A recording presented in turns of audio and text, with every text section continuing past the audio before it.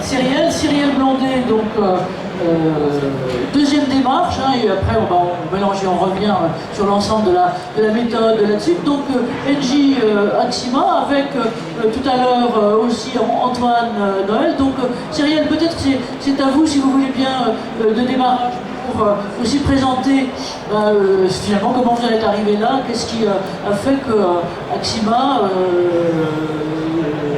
vient sur les démarches exosquelettes, sur le menton. Ça marche. Bonjour à tous. Alors nous, c'est un petit peu différent au niveau des activités. Engie Axima, on fait du CVC, de la protection incendie, donc chauffage, ventilation, climatisation et pose de système de sprinkler. Donc on a des grosses problématiques de travaux les bras en l'air et des grosses problématiques de manutention manuelle de charge. Et du coup, avec tout ça, les maladies professionnelles qui vont avec, les MP 57 et 98 qui s'ensuivent, les accidents aussi en lien avec ces manutentions manuelles et ces postures contraignantes. Donc on a tous les ans aux alentours d'une quarantaine, une cinquantaine d'accidents du travail liés à des TMS et liés à ces activités. La grande différence entre guillemets nos activités avec celles des autres, c'est que globalement c'est nos clients en fait. Donc on n'est pas chez nous. On intervient en tant que prestataire et on n'a pas forcément la main sur toutes les modalités de l'organisation du travail de nos techniciens. Ça c'est très important de souligner ça, parce qu'effectivement ce sont des types de contraintes et des types de situations qui n'ont rien à voir. Donc c'est un peu pour ça qu'on a choisi effectivement des optiques très différentes. Merci à vous de témoigner de ça, parce que et là c'est, comme vous dites, en présence du client, donc sur finalement une forme d'espace d'air qui n'est pas du tout le même que quelque chose qu'on va dans un truc habituel. Merci. Donc, on a moins de possibilités. Alors on a des possibilités d'amener des moyens de manutention mécanisée, des lifts, des choses comme ça, mais on reste quand même confronté à des grandes variabilités de situation de travail. On n'est jamais au même endroit toute la journée. Vous imaginez, en fait on pose toutes ces gaines-là et puis après on passe à un autre entrepôt, etc. Donc on peut difficilement imaginer avoir une situation in situ, mis à part quelques petites choses. Donc les exosquelettes sont arrivés un petit peu dans la tête de nos managers comme une évidence. Je dis dans la tête de nos managers parce que les dispositifs d'exosquelettes, c'est pas uniquement porté par les HSE. Chez nous, c'est vraiment les managers qui, alors peut-être comme tu le disais, sont assez friands d'innovation, de nouveauté, mais je pense qu'ils y voient aussi une solution peut-être. Alors c'est peut-être un petit peu utopique de penser que ce soit la solution à tout, mais ils la voient vraiment comme la solution qui permettrait d'éviter d'abîmer leurs salariés, d'être plus efficaces et de fidéliser aussi, parce qu'on a aussi des problématiques de fidélisation du personnel comme chez Reader.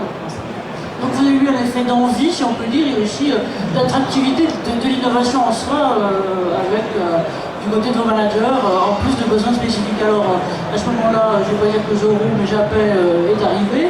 Et donc Antoine, si vous pouvez un petit peu expliquer ce qu'a été votre démarche et avec Axima particulièrement. Alors ce qui est intéressant quand on a rencontré Cyrielle, c'est que nous on a beaucoup parlé, on vient du médical, à la base de notre application c'est les hôpitaux, les cliniques, pour des personnes qui souffrent. Là-dessus on a beaucoup de résultats cliniques, c'est quelque chose qu'on a créé avec des médecins, donc on a développé un vrai savoir-faire.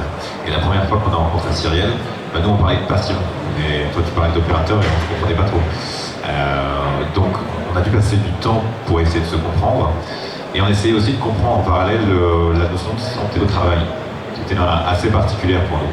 Est-ce que c'est l'entreprise qui est responsable de la santé? Ça c'est encore... C'est une question.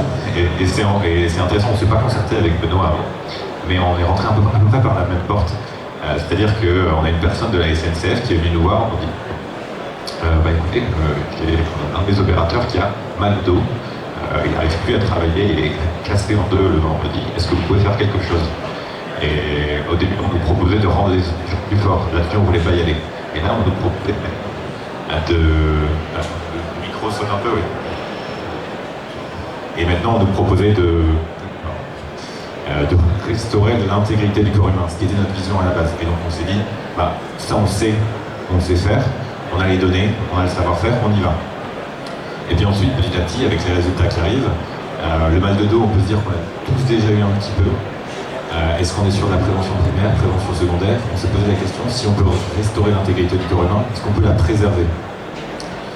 Et donc c'est là où on s'est posé avec Cyrielle, en se disant, effectivement, comment est-ce qu'on peut analyser ce genre de choses? On a ce savoir-faire clinique, et là-dessus, on a beaucoup réfléchi sur la mise en place du dispositif, qui est extrêmement importante.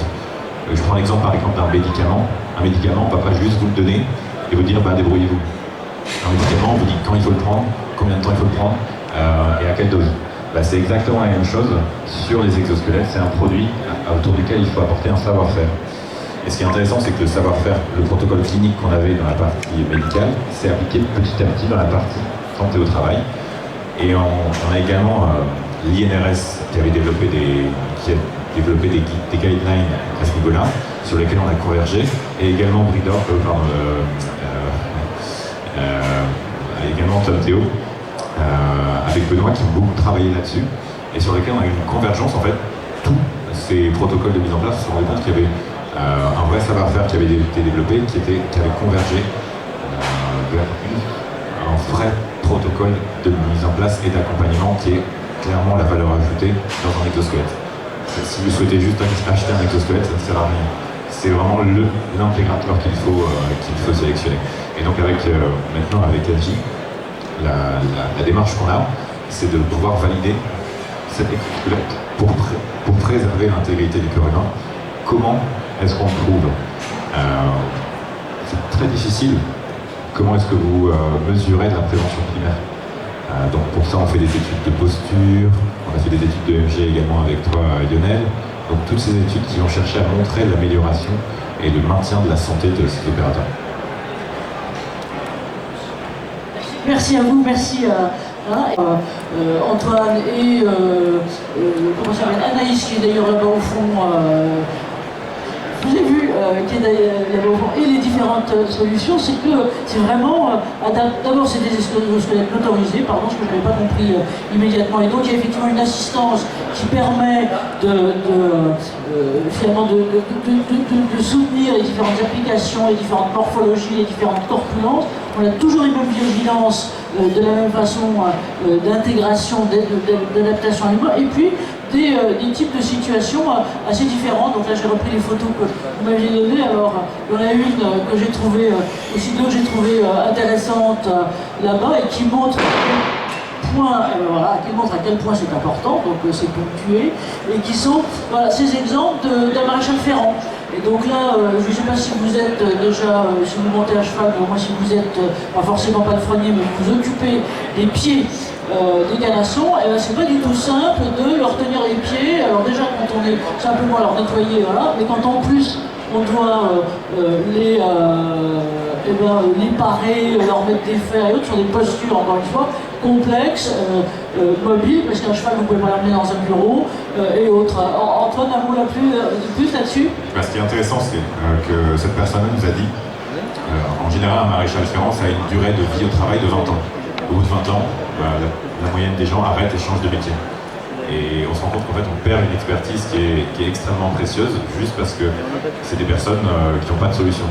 Et donc là, les expérimentations qu'on fait avec eux sont extrêmement prometteuses parce que pour l'instant, personne ne s'est penché sur ce genre d'application. Forcément, c'est pas là où on se dit qu'il y a de l'argent, etc., etc. Mais avec un exosquelette qui est adaptable, qui a les bonnes fonctions et où on a un réel besoin, c'est là où on a un match et on fait des belles choses puisque l'objectif c'est de pouvoir maintenir ce savoir-faire qui est quand même extrêmement impressionnant pour moi. Et en plus le cheval a l'air content. Troisième exemple de démarche maintenant, Nava Group. Donc,